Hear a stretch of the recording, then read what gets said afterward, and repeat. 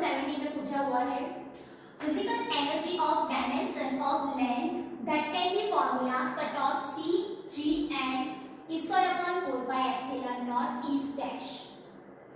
Here energy of the dimension of length. Dimension of length. Okay. So start करो. Dimension of length L that can be formula cut off. ये sentence ये यहाँ से ये sentence का meaning ये होता है कि dimension of length is directly proportional to c g and this physical quantity. So c g and e square upon 4 pi epsilon naught. So आपको वही फाइंड आउट करना है what is the dimension of length.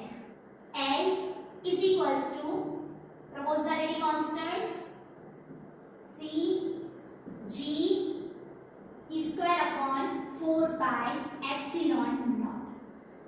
सबसे पहले आपको ये पता होना चाहिए ये फिजिकल क्वांटिटी के बारे में. L is the length, K is the proportionality constant, C is the velocity of light, G universal gravitational constant, with E electric charge, 4 pi is a constant, epsilon naught is a permittivity of free space. Okay, तो उसकी dimension formula भी हम solve कर देंगे.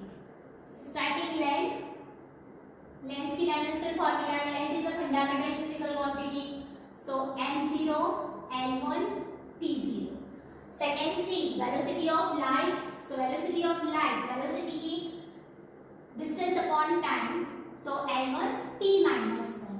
So g equals to question mark. So सबसे पहले universal gravitational constant है तो आपको ग्रेविटेशनल फोर्स की फार्मूला पता होनी चाहिए. सो बताते हैं F is equals to g n1 n2 upon r square. This force is directly proportional to the product of masses and inversely proportional to the square of distance between them. और ये equation से आपको g की dimension formula पता चल जाएगी. सो g को सबसे पहले सब्जेक्ट करें. सो g equals to fr square upon n square. मैंने यहाँ पे मास इक्वल अज्यूम कर लिया है, is equals to m. Force की dimension formula F is equals to mass into acceleration, so m1 l1 t minus 2.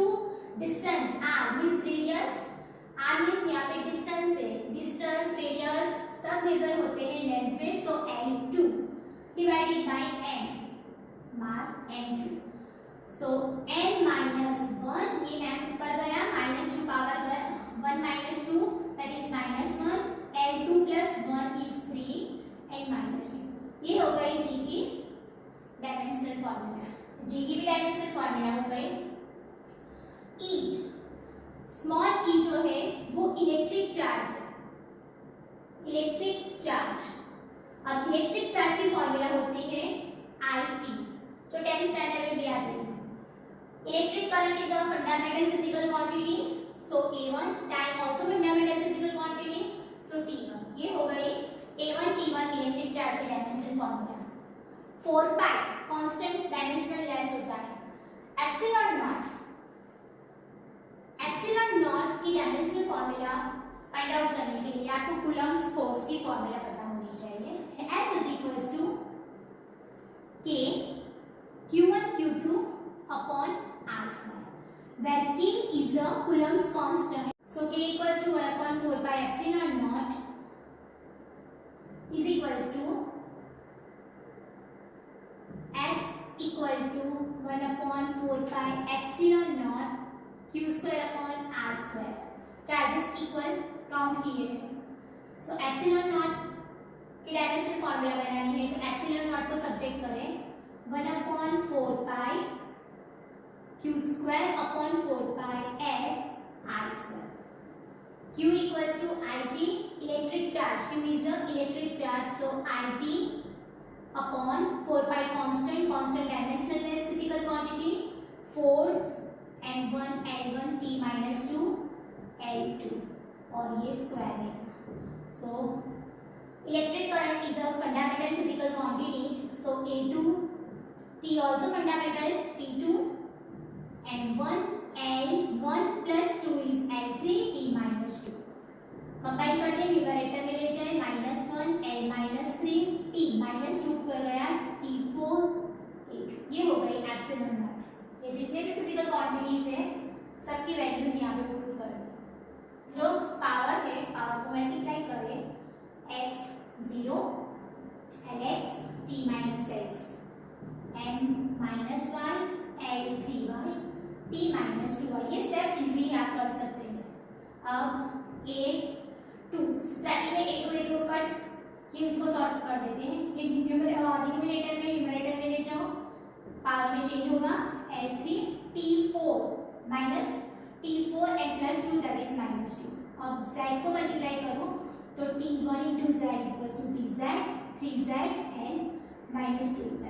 Okay, next step में जितने भी ये base equal multiplication rule power का एडिशन हो जाएगा तो 0 -5 plus minus minus plus z l, ध्यान रखना यहाँ पे माइनस प्लस की साइन में प्रॉब्लम ना हो, x plus 3y plus 3z t raise to -x minus 2y minus 2z m0 l1 t0। अब कंपेयर करें RHS की l t फॉर्म को लेफ्ट हैंड साइड कंपेयर करते हैं। So -y plus z is equal to 0, x plus 3y plus 3z equals to 1, -x minus 2y minus 2z equals to 0। So first equation से आपको y equals to z मिला। अब second equation हमारा target rule number कि x y z की value find out करनी है। So x y z belongs to x as it is plus 3y, y equals to z या z equals to y, आप value कोई भी use कर सकते हो। सो मैं 3y as it is रखती हूँ, z के रिप्लेस में y पुट करो equals to 1 and -x same rule apply करो -2y -2z equals to y, so y equal to 0। तो यहाँ पे -x minus minus plus -4y equals to 0 और ये सेकेंड इक्वेशन से x plus 3 6y is equals to 1 और यहाँ पे आपको मिल गया x is equals to 4y minus, और ये x इक्वल्स टू -4y तो आप ऐसे भी लिख सकते हो x is equals to -4y। x equals to -4y की जो वैल्यू है इसमें पुट कर दो। सो इक्वेशन हो गई x equals to -4y minus में ये स्टेप यहाँ पे लिख -4y plus 6y is equals to 1, 6 minus 4 equals to 2y equal to 1, so y equals to 1/2, y की वैल्यू 1/2 मिली। सो ये वाले फर्स्ट इक्वेशन में पुट करो तो y equals to z, so z also equals to 1/2 and अब x की value find करनी है तो ये इक्वेशन में पुट कर दो। So x is equals to -4 1/2 is equals to -1/2. So x equals to -2, y equals to 1/2 and z equals to 1/2। ये इक्वेशन में पुट कर दे, सो आपकी इक्वेशन का आंसर आ गया